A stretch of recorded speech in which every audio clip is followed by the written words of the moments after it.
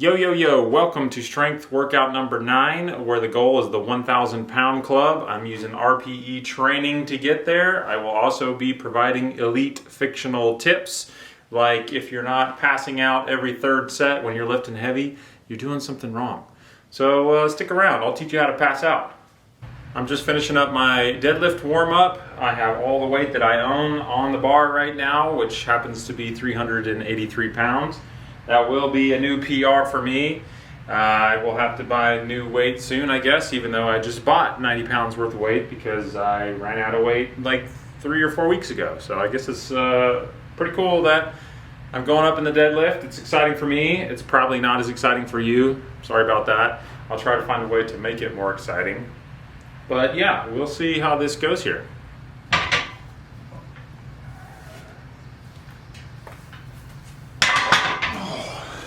Wow. Okay, got it. That was really ugly.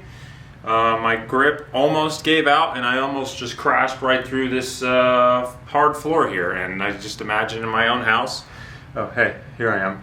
I just imagine in my own house that I will just break right through and it's just gonna fall right onto my car in the garage. Which, you know, would be super ideal, super exciting. But we'll count that. Clearly it's either time for me to do reverse grip or put on some straps, but I'm not gonna put on some straps, so gotta start reverse gripping because that was about to just fall right out. But I did get all the way up with it, at least I believe I did. I'll go back and watch that and find out, but hey, new PR. That's exciting. I did that because I don't know what to say. Now I did it again, because that time it felt right.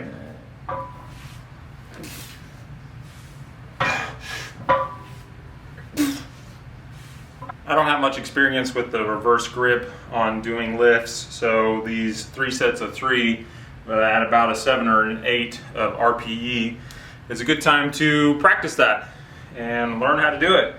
I feel like I have a tendency to push the underhand forward a little bit, so it's a good thing to work on while I got the opportunity to before I have to lift heavy again.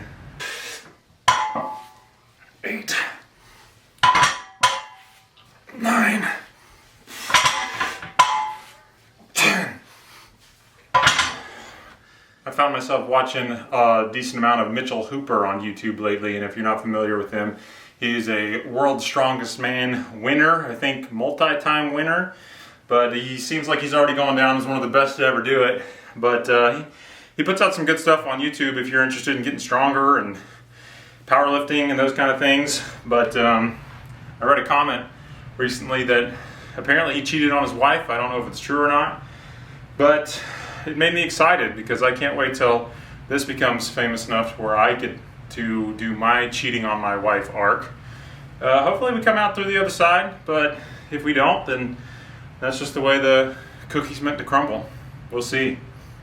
Last set of deadlifts here. I'm gonna try and get to 10 while mostly working on form. I feel like I'm feeling a little bit too much in my knees and my hips and maybe a little bit too much in my back today, so I'm gonna try and make these form perfect if I can. I prefer the more sumo squat, well, definitely sumo squat, just because I've tried traditional squat a decent amount and it seems like I hurt my back a decent amount. You can't tell on camera, but I'm actually 7'15". And if you don't use pounds like normal people do, and you're on the metric system, then I'm pretty sure that's like around 13 meters. So just to give you a ballpark of where I am. But I'm tired of hurting my back. I've got longer limbs, and sumo just makes it easier. It helps me keep my chest up as opposed to being way down here when I'm trying to keep my shoulders over my mid-foot trying to do a traditional squat. Just doesn't work well for me. I probably could do a traditional squat better. Well, I definitely could. Plenty of tall people do it, but I just haven't taken the time to go back to the basics and just build up, start deadlifting pretty light and strengthen the back and form. I don't care. I'm not trying to win anything. I don't care if you think sumo's stupid. The whole debate about sumo over traditional deadlifts kind of funny to me. They're both deadlifts, so whatever.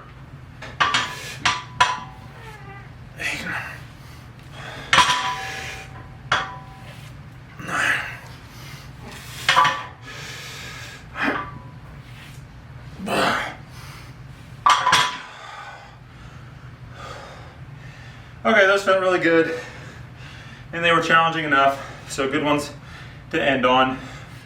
I already feel like I'm getting more used to the reverse grip. So win this week for deadlifts. This will be video number 10 that I've posted already. I've been doing this for about a month. It goes by pretty fast. If you're thinking of doing something like this, you should. It's fun. Regardless of what happens, you learn new things about yourself. You probably push yourself a little bit harder than you normally would, especially if you work out by yourself like I usually do.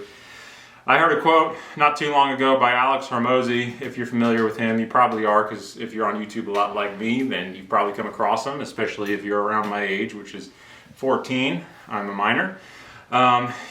He tends to show up a lot to us, and he said, be content but not satisfied. Be happy but not satisfied, and it's just kind of a way to get over the conundrum that I've personally had a lot in my life of trying to enjoy the moment while also living for the future, or at least living in the moment and the future at the same time, because it's too easy to sacrifice one for the other.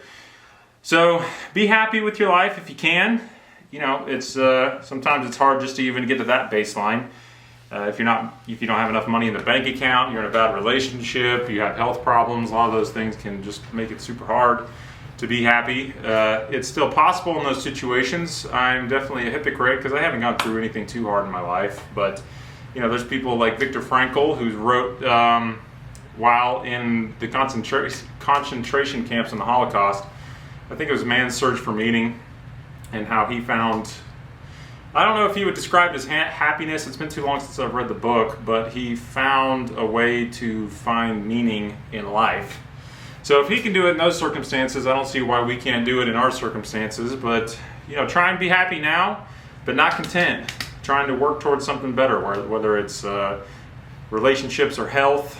Those are two of the most important things in my life. Those are, that's top of the priority list to me. And then below that, you got finances and personal fitness and not minor, but less important relationships, like obviously my wife and my daughter are the biggest relationships in my life.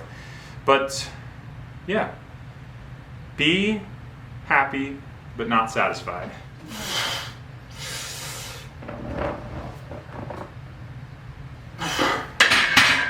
Okay, that was 253. My current PR is 263.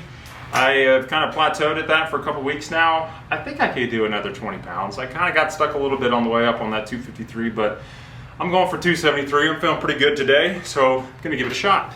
I don't know why anyone would do deadlifts without the shin guards on. That's the first time I've used them in a while, because I noticed that I was not making contact with my shins enough when I was going, in the upward motion of the deadlift. I had too much of a gap there, so just to help protect the back, I put those on and really focused on making sure that I was dragging the bar up the shins. And Mitchell Hooper talked about, or I watched a video recently of him talking about, what you're doing when you're doing the reason for dragging it up the shins is because it shows that you're engaging your lat muscles properly. And it helps to show that your shoulders are more aligned over the middle of your feet as opposed to too far out over your feet. But his shins are gnarly. Like, he clearly has not worn shin guards very often while doing deadlifts, because he just looks like he's got, a scar on both shins going from the top of the ankle to the bottom of the knee. I don't know why you wouldn't just put shin guards on, but still, that will still beat up your shin. So, I mean, you can still take the extra pain while not having the scars of the blood. Why not? Okay, going for the 273 attempt here. You got to make sure that you got the right music on for a new PR on a weight that you struggle with, because you never know if the breakdown happens right when you need that extra 10 pounds of push. So we got to get the right song on here, and then we'll knock it out.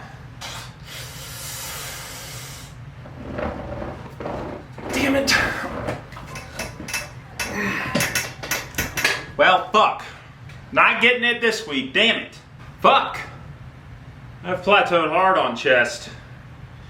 Well, I felt stronger this week after doing some pause reps on the 3 sets of 3 and the 2 sets of 6 to 10. So we'll go back to pause reps and just keep grinding. Fictional life tip here, you want to try and find a way to abdicate responsibility as much as possible. So you just want to make sure that you can't blame yourself for anything, because that leads to happiness. So it's definitely not my fault that I just failed 273. It is because I didn't pick the right song, despite it having, I think, probably 3 or 4 breakdowns throughout the entire song. So I did increase my chances of lifting during a breakdown. And you might be asking the logical question, well, didn't you pick the song? Well, yeah, I did. But that leads to the question of whether or not free will exists. Did I pick the song? Or did the person in control of the simulation pick the song? Deep thoughts.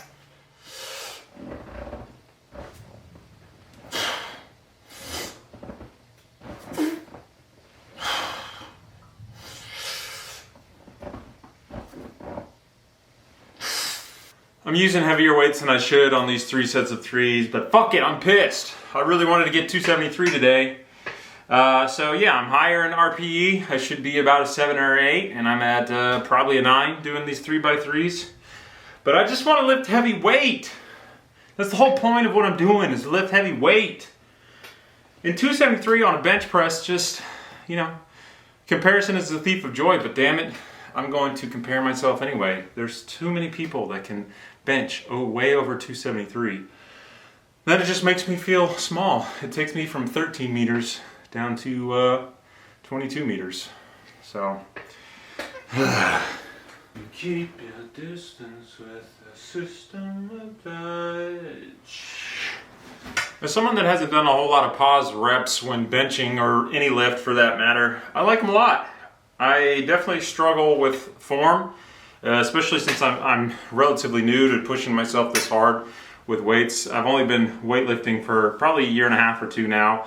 And even then, I wasn't really tracking that hard. I didn't have the specific goal in mind to get stronger as quick as possible. So as I've been doing that, I've noticed that I have pretty bad form on a lot of things. And pause reps, they really give you the opportunity to take the time to, you know, obviously when you brace at the top of the lift, you get the chance to set up the way that you want, but I tend to lose it in that transition between bringing the bar down and coming back up with it. So pausing at the bottom has given me a good opportunity to make sure that I'm still locked in the right way, and it feels a lot better. My shoulder definitely feels better doing it this way, so we'll be doing a lot more of these. Okay, I'm going to talk about Mitchell Hooper again. I promise I'm not in love with the guy, but Mitch, if you're watching, and I am also sorry about bringing up the fact that you possibly, allegedly cheated on your wife to my 2 subscribers. So, sorry about that. But he released a video I watched, or kind of watched, listened to, about lifting heavy without getting hurt, which is definitely something that I am currently working on. And I'm doing pretty good, if I might say so myself. But he ended up doing over 900 pounds for 2 reps on the, I think it's a trap bar deadlift. And that's just an insane amount of weight. It's so much weight that I can't even really comprehend it, because I'll just never come close to lifting anywhere near that amount of weight. But what I can comprehend more, obviously, is the stuff that he's lifting around 400 pounds, 300 to 400 pounds. And the way that he makes that look, it's just insane. It's so easy for him to lift that kind of weight. It's crazy how strong people are. I know that, you know, there's genetics and drugs and decades of work and stuff that I do plan on doing the decades of work. I don't know if I got the genetics, and definitely not going to do the drugs outside of the ones that I'm already doing, because everybody's on drugs. We're all doing like pre-workout and shit like that, so everybody's doing something. I don't know if anyone's natural out there, and if you are, then good for you, I guess. I don't really care, but good job. But yeah, it's just crazy watching him warm up explosively, like 400 pounds. Yeah, that was pretty easy. We were warming up. We'll keep going and get to 900 fucking pounds for 2 reps. It's crazy. Last set of bench here. I'm hoping to get to 7 or 8 reps of nice form and a pause. And hopefully I don't lose count, because I tend to do that. It's hard to count when you were homeschooled.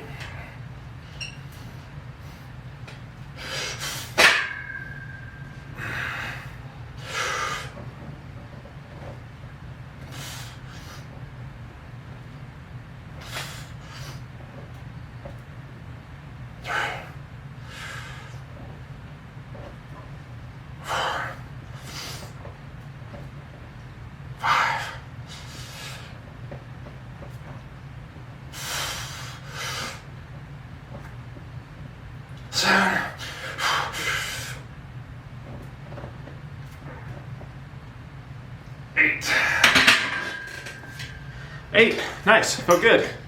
All right, last exercise of the video is going to be barbell dead rows.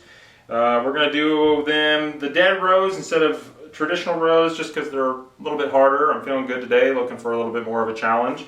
It'll help build up some of those deadlift muscles as well. But I am now officially on my knees talking to you or worshiping you. You know, I worship you because my life revolves around you. I aim to please the viewer, so in a way, you are my God. So thank you, God.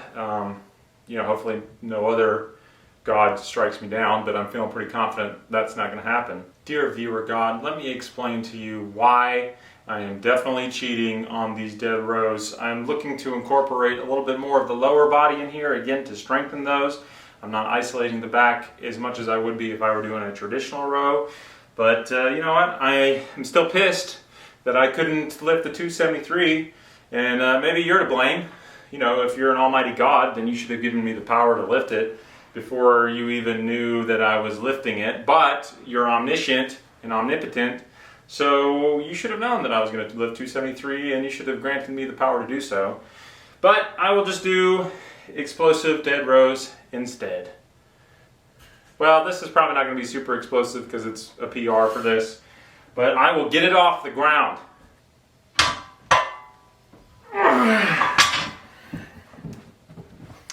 Yeah, barely working the back on that. Nah, I feel it in the back still. You know what? We need to give you the ass first view of this, because you never know what might make the viewer God happy. And it also would give me another angle to look at for form. So here you go. Hope this makes you happy.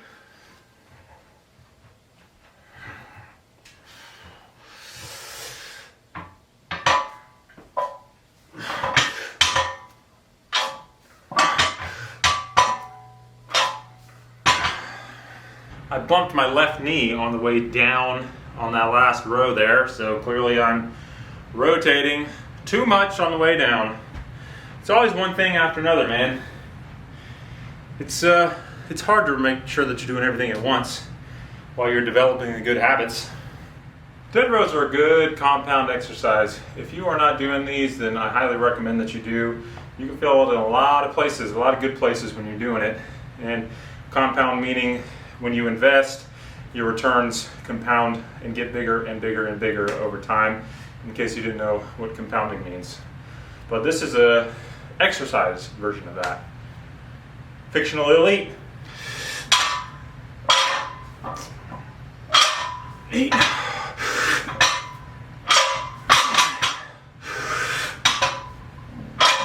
Oh yeah. Good one to end on. Alright, I'm done worshiping you. I only have so much worship in me, and I spend enough time on my knees during my night job, so I need to preserve them. Take a few guesses at what that is. Hey, it pays the bills and takes us to Tahiti. Give it a shot. But that's it for the workout. It's always interesting trying to think of something to say at the end of the video to try to close it out. Eventually I want to get to the point where I can kind of open up and talk for a couple minutes and then close with a couple minutes at the start and the end of the video. But today I'm just feeling grateful. Feeling grateful for anyone that could still be watching at this point. It's most likely just my wife, but I'm super grateful for her. And I am grateful for anyone else that could be watching. It's a lot of fun trying to figure out different ways to put the camera in this tiny room and lift heavier weights. And maybe I'm feeling super grateful for today because of all the worship I'm doing of you. I'm not normally a religious person, but today I guess I am because of you. So I'm not going to thank you for that. Regardless of if you're a religious person or not, it's always good to feel gratitude. It's a super positive feeling. There's been times in my life where I've believed 100% that gratitude is the most important feeling that we can have because it really just makes the world brighter. It's really hard to be negative. In fact, it's probably impossible to be negative while you're genuinely feeling gratitude.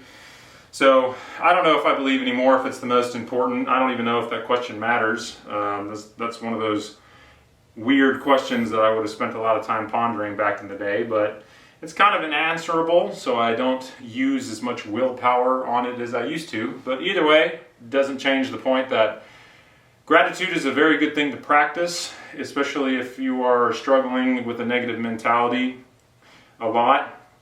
Then just try and be grateful for something. There's something that you can be grateful for. I don't care what your situation is. If you are able to watch this and hear me rant about gratitude, then you are clearly not trapped in a dungeon somewhere with no access to technology. So at the very least, you got something going for you. You got a way to have technology and probably provide for yourself. And it doesn't seem like much some days, but that is definitely something to be grateful for. But either way, I'm grateful for you. Thank you for watching. This is the part in other videos where I should probably say, smash that subscribe button and smash that like button, but I don't care. Thanks for watching. See ya.